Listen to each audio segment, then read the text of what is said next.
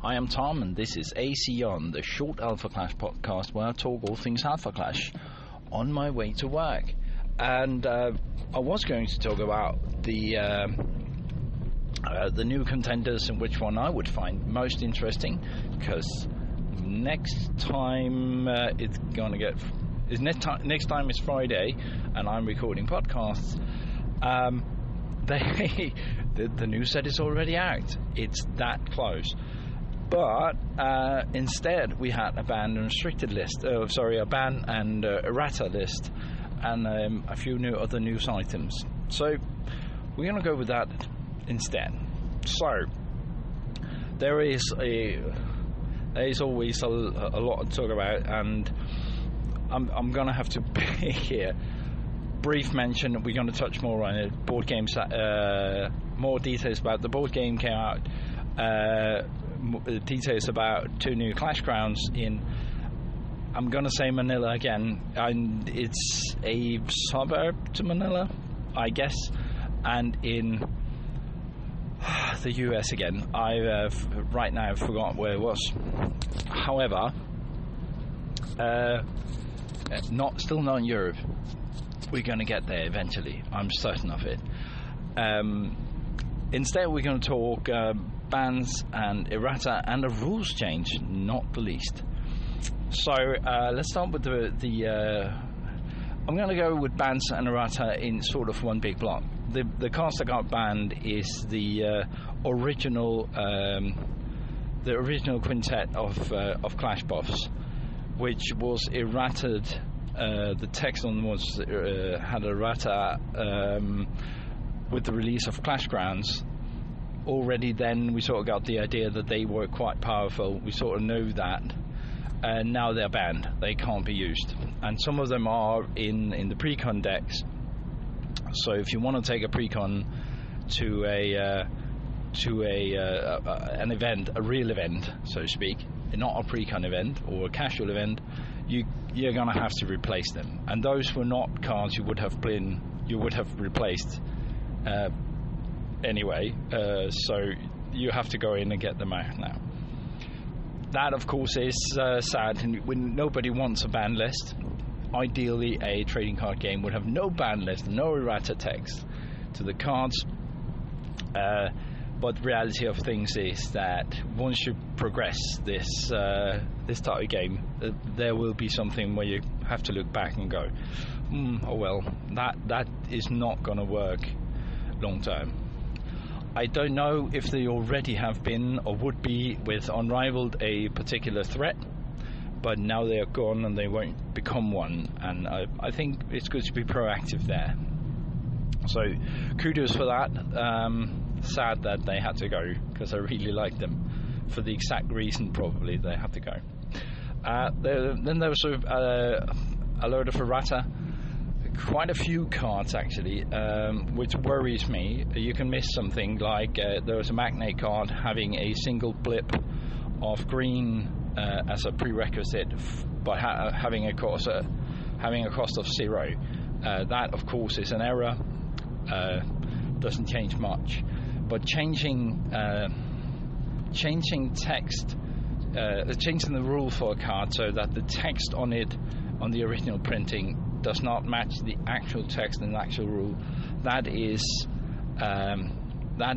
problematic for a trading card game. So for every trading card game is, I'm sure all you know, is that the rules are just the framework in which you are playing. The real rules are the ones on the card, and as the professor from Tolarian Community usually say, reading the cards explains the card, and that's such a fundamental thing for trading card games.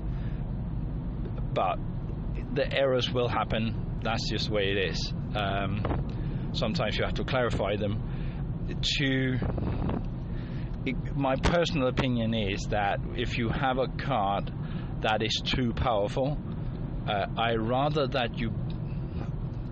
don't like banning cards, but I'd rather that you ban it and make another card with the right text on it, so that is not overpowered. For me, that makes much more sense, because you can actually trust what is on the card, and you don't get two cards that's called the same but have different texts. It's an opinion thing. I know if you got a play set of iconic rares, you don't want that to happen. I get that, but for common, uncommons, and maybe to some extent for rares, just ban it and print another. There are going to be loads of them. So I understand that there can be corrections, and some of them are game changing in the errata text, or game changing for a single player playing that code deck.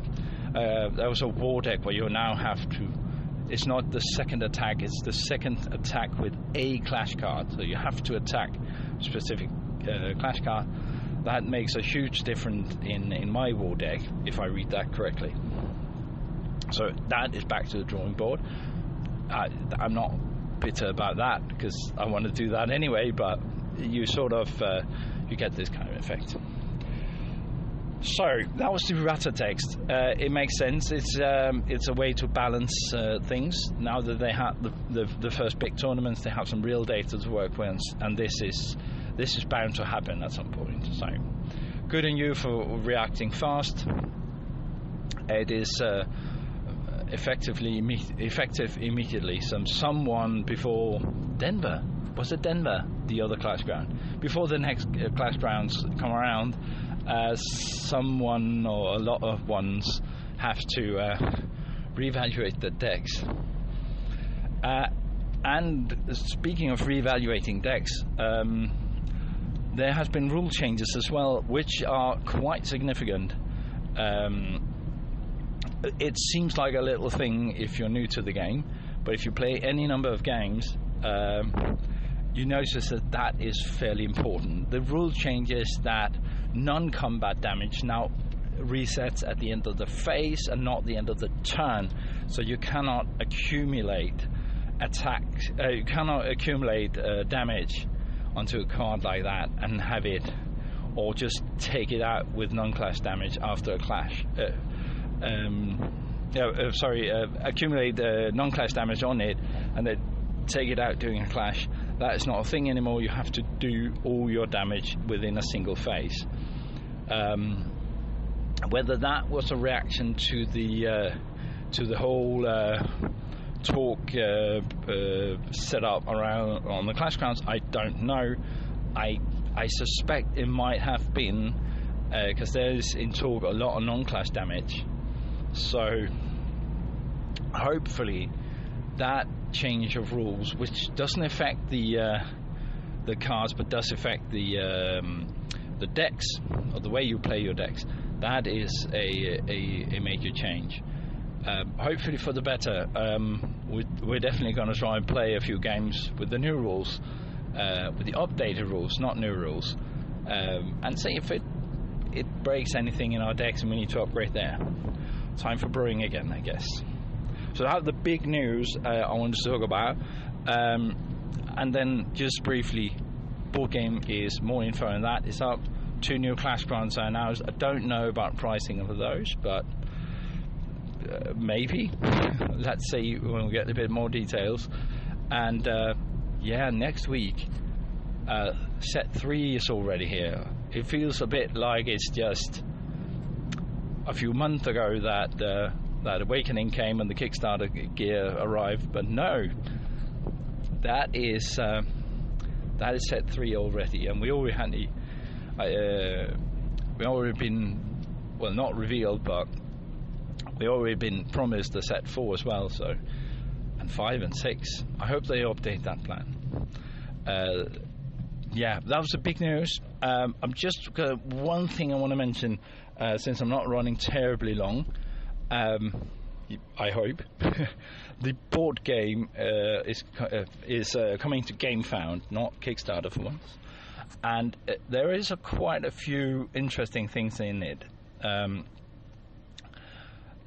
One of which is that they introduce a new planet, a new place that is called Avalon. The reason I know this is because there is a bit of history and lore in that game. It's supposed to be the lore from before the trading card game enters play, but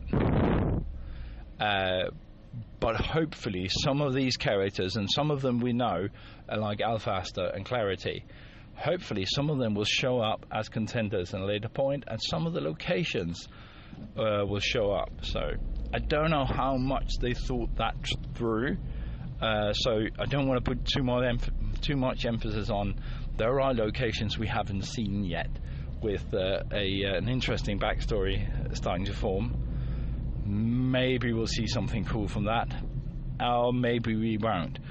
I think they got the next set lined up, and I'm going to guess on what's in it at a much later stage. Anyway, that was it for me now. I'll talk to you again when Unrivaled is here. See you. Bye.